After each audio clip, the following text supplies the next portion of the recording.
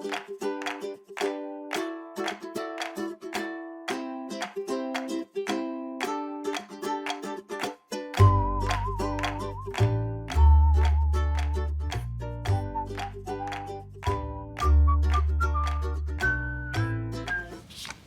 I'm going to go ahead and get us started, and we've all already met. So I have the honor of introducing our presenters today. We have from Rotary Botanical Gardens, Becky Kronberg, and the Holiday Light Show. Yep. And here, let's, for entertainment, tell us how many people attended the Holiday Light Show last year? Ooh, we had, let's see, what did we have last year? I'm trying to remember. It was our second highest year. We had not quite 57,000 people. 57,000. Yeah. All right. No pressure, Emily, but you're going to go next. And Emily does dual duty with multiple organizations. I'll say Farmers Market in downtown Janesville, Inc. Yeah. So Farmers Market, which is not ticketed, but I also volunteer for Downtown Janesville, Inc. So I'm like talking into this, thinking it's projecting to you guys. I'm sorry. I need to speak up. So Downtown Janesville has Flannel Fest is a big ticketed event. We had just over 1,000 people this last year, but we've sold out in past years. This year we did not quite sell out. And then we have our Wine Walks is our other ticketed event, and we've sold out for at least 3 now in the past with 500 tickets. So we've also had horror stories of some ticketing fails and doing in-person buying paper tickets and then like half online, half in person. So could probably go into like tons of details of that, but probably ask me on the side if you guys want to know anything. Yeah. And then Tim Maahs with the Rock County Historical Site talked about just your attendance for the facility in a past year, if you know that. I'm sorry I'm putting you on the spot, but you roll a lot of people through the... Yeah, we were just shy of 20,000 people coming through the campus. Nothing compared to Becky here, but I think we're building, which is a good sign. They're trending way up. A lot of things have helped with that. But from a ticketing perspective, we do a lot of different events, from small things to really big things. And the smaller ones, we tend to try and be more manual with it and create more of an experience for our guests that are coming in. So we can, if you're checking in front of a counter when you get there, it's more of a, oh, hello, and you're like welcoming, trying to turn that into that experience where people feel more a part of it. But then we have things like the Tallman Arts Festival or our Holiday Tree Show, where it's people could buy online, buy in advance. Some of these things, the ticket prices are so small, it's almost not worth doing that, again, because we want that experience for folks. So one big thing we did a few years ago with the Tallman Arts Festival is we started accepting credit cards at all the gates, which was a huge deal for folks because people were really complaining about not having that option. So what we had to do to, after year one of still clogging the gates when people were coming in, because we get about 1,800 people that day alone, we had a credit card line and a cash line, and that helps things move a lot faster. So, but that's, like our gala, big tickets for that. Sometimes people are buying by the table, so we're trying to find names again so we can be more experiential. Welcoming people by name when they come in and whatnot is really an important thing for us. And then Scott Skelly with Skelly's Farm Market. And how many people do you roll through your place in a year? Do you know? That is a good question. Multiple events? So you don't know. Strawberries, sunflowers, the market itself, fall, so you get a lot of buys. Yeah, so the only thing we do online ticketing for, and I guess that was the kind of the perception I took on the topic. Certainly we do a lot of in-person tickets. I'm going to let you guys talk amongst yourselves. I've introduced you, you're ready to roll, and I'll let you go. So we last year did add online ticketing, partly just from pressure from others in our industry because they all swore by it, that it was a great thing. A lot of them ran into in 2020 when they were... while everything else was closing down, everybody came to farms because it was an outside thing to do. And a lot of farms that were in larger metropolitan markets were really just getting inundated with too many people showing up, and how are they going to control crowds and keep people distanced and not get shut down by government officials for things like that. So a lot of them went to online ticketing because they could guarantee that, hey, once we're sold out, nobody else is coming in and do things like that. So as we were all kind of preparing for this, just kind of a couple advantages, I guess, of running through, if you're doing a pre-ticket or an online ticket, is really that you're handling less cash on site. So if you're working with volunteers, you don't have to worry that or employees, you don't have to worry that somebody's skimming money out because it's all been taken care of. It's all electronic. If you have a large event that might be bringing in tens of thousands of dollars, you don't have the security risk of having all that cash on site. And then how's that getting to the bank, counting all that? So, certainly there's more credit card costs and ticketing fees, but that is an advantage. If you're looking at having just tons of people, you can kind of estimate a little bit in advance how many people might be coming. You have ideas, of what today is going to bring. So if you are doing other things like food or need certain consumables, you have some type of idea in advance. Now that's definitely tough the first year if you are still doing on-site ticketing to gauge, well, maybe we've only sold 50 online tickets, nobody's going to come, and then 90% of the people still coming by at the door. So some of that is a little bit of the challenge, but things to think about. If you're looking to spread out your crowds, you don't want everybody showing up right when you open. You can have time ticketing where actually they're buying their tickets into slots. And there's, again, advantages, disadvantages. That can sometimes create extra challenges. People contacting you, well, I'm supposed to be there at 5:30, but I got stuck in traffic. Like, what happens if I get there at 5:45? And you as an event just kind of have to have some policies of how you're going to handle that. Is it critical that certain X number of people come in at a certain time? Things like that. Reason that we really tried with our sunflowers last year was kind of from a marketing standpoint. So that way, when we went and ran a Facebook ad, for example, the perception that was sold to us was, you want them to buy that ticket now. Because if somebody goes and sees it, they say, oh, that's a nice event, and then they keep scrolling through Facebook or social media or whatever, and they move along to the next thing. They forget about it. It's really not on the radar. But if you can buy your tickets now, they make that purchase for the ticket, then they're locked in. Or even if they decide not to come, you've already sold them a ticket, they've paid for it, they're kind of out of luck. That's their fault for not coming, but you're sealing that deal. You don't give them a chance to change. And that can come in really handy if you have crummy weather the day of. Or, maybe it's not like rain out weather, but instead of being 75 degrees, it's 55 degrees. It's still tolerable to come, but people are like, maybe I don't really want to go now. By having that pre-ticket, that certainly helps.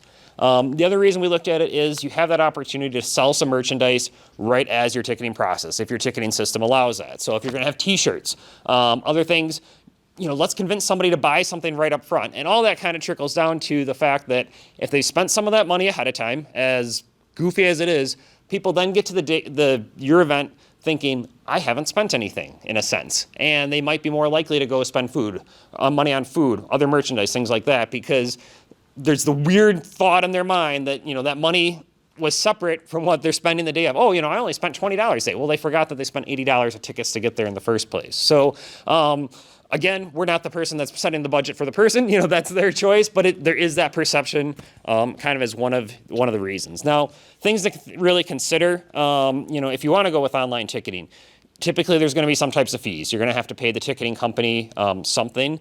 There are options out there where you could use just like a Square online store, but then you're losing some of the things where you're having ways to prevent people from double scanning tickets or just using a guest list. You want something that's efficient. You're going to have credit card fees. When you're selling tickets online, they're probably even higher credit card fees than what you would have if you were swiping at the gate, just because that's how credit cards typically work. You're going to want to make sure it's a ticketing company that has a system that's easy to use, or you're going to have to sign up for a whole new bank account or processing. How are they going to deposit those? Is it going to be next day once you sell the tickets, or do they not give you any money until after the event? Different ticketing companies run different ways on that. Are you able to still sell tickets at the gate, or is that going to integrate? Kind of looking at your numbers. If you're trying to run reports, is it easy to see your reports? If you all of a sudden have no internet the day of your event, or the system crashes, how are you going to scan people in? Always recommend having a printed list available just in case. But ideally, a good system, a customer is going to expect that they can just show their QR code and ticket, and you just scan it. There are other options, though, that you're checking people off a paper list, and a lot of it depends on how many people. If you have 50 people coming, the paper list is probably fine. If you got 2,000 people coming, that totally changes how you need to be checking people in. You want to have a good ticketing system that's easy for customers to use, because if they get on there and they can't order, and this all seems intuitive things, but there's a lot of crummy ticketing systems out there, and typically not all these will check every box, so it's a matter of finding what's good.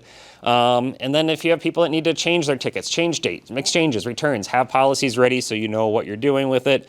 And lastly, make sure that the company you're working with has a customer support department that actually answers and gets to you. Or if it's a Saturday and the system goes down, is there going to be somebody in the office that you can deal with? Is there support run on weekends? And that is a huge critical thing for events, because you're in big trouble if all of a sudden you can't handle the ticketing on a weekend event. So that was kind of some of the thoughts we had gone through. I don't know if you guys had other stuff that had come up that, of other reasons or thoughts on the ticketing. I think just remember scalability is the most important thing. I talked a lot about the guest experience for us is really important, but then, what ones make sense for us to use an online ticketing system and make sure that online ticketing system is solid.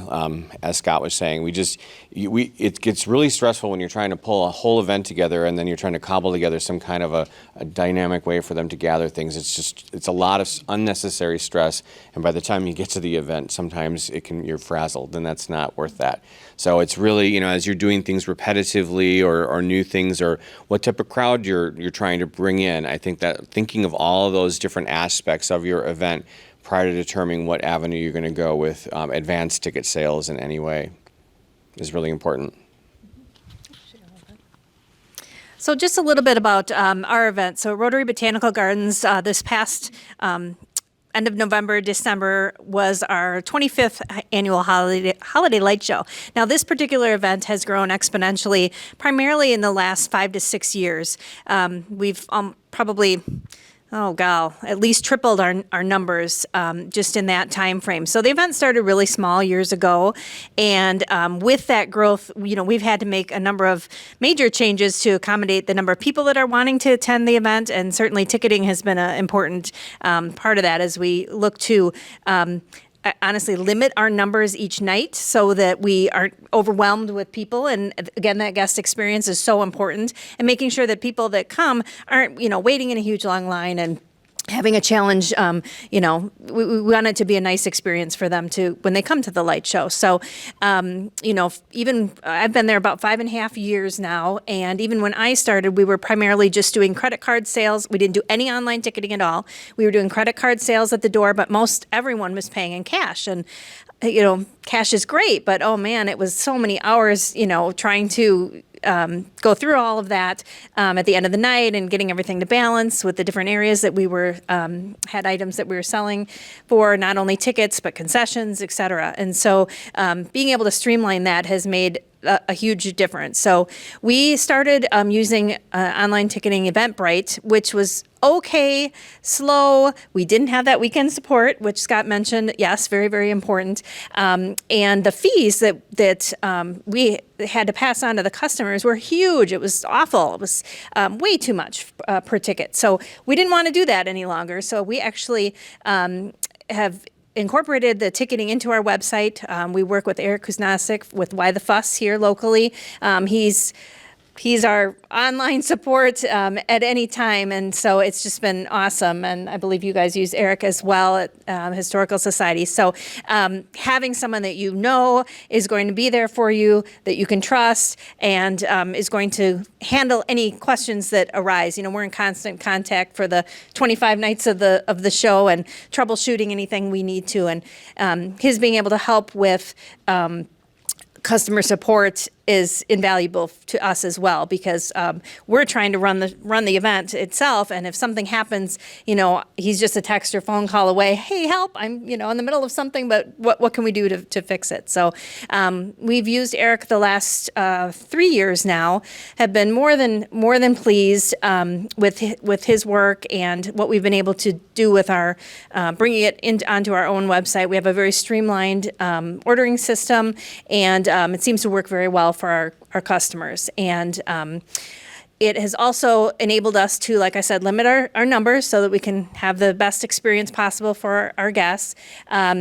We, can push emails out to those who have purchased tickets ahead of time. If there happens to be a chance of bad weather, we can address that to everybody that has purchased tickets right up front, rather than trying to get the word out, in a multitude of other ways. We're actually getting that word out right to those customers that have already purchased tickets for that particular night. The online ticketing also lets us, cut off ticket sales if we reach a point in which we're sold out for the night. And again, getting that information out, it just helps so much. So online ticketing has made such a difference for us. And, when we're well over 55,000 people now pretty consistently the last 3 or 4 years, we need something that's going to be reliable and works. And that's kind of the bottom line. Well, and Becky touched on one other really critical thing is by year 2 of your event, you now have an email list of all the people that came the previous year, and that is by far the hugest marketing because those were all people that loved it, but they might not really have it on their radar to pay attention to come back. And if you can get them that, even if it's just a one-time email, that's huge. So true. Any questions? I have no idea where we're out on time, but probably about out. So yeah. Do you have to have a website design from Why the Plus in order to use ticketing? He happens to do our website too, so I'm not 100% sure, honestly. If that's a requirement for him, I would guess, just because he's managing our site as well. I can get you. So DJI is currently switching to work with him. So we're redoing our website, but then also redoing our ticketing system and going through him because we've had horror stories of going through online separate ticket companies. If anybody's looking at ticket companies, do not use brown paper tickets. We use them in 2020. So late February of 2020, we had Flannel Fest. And it was right before pandemic. Pandemic hit early March. So nobody expected it, but we have still not gotten paid for Flannel Fest of 2020, and we are owed $20,000. So, you could blame half of it on pandemic, but we still should have gotten those funds. So do your background when you're looking at working with different companies. We've also done like half paper tickets and half online. It can get confusing for check-in, probably have 2 different lines. Our paper tickets obviously went way quicker because we could either just tear them or punch them and they could go. So this last year, so February of this year, we did all ticketed paper tickets for Flannel Fest. So we sold them through Blaine's Farm and Fleet. So the hard part was we did not collect any of their emails. So sending anything out ahead of time of make sure you have your ID, here's where to check in. We're posting it on our social media, but not all of those people that bought tickets have social media to check prior to the event. So think about those things. My suggestion is the easiest thing to do is sell out prior to the event. You don't have to sell tickets day of. It's always the easiest thing for us. But then if you are sold out, making sure you're not, double scanning tickets, somebody trying to scam you. Be watching your Facebook page because as soon as you brand like sold out, Janesville Wine Walk, it seems like people just pop up on comments to say, I have extra tickets for sale, buy them from me. And 9 times out of 10, I've found that those are scammers trying to sell fake tickets to people. So just be sure you're watching, kind of ban those comments. And one way to help control it is ban on your Facebook page, ban anybody that's like outside the U.S. So make it that only people in the U.S. can see it because most of the spam comes from overseas countries. Yeah, good idea. Yeah, I'll have to look at that. You have to show me how to do that. We don't do that, but I know of others that run into that. 2 minutes. Yeah, any other questions? More questions? Stump the presenter. That's What is your fee for tickets for working with him?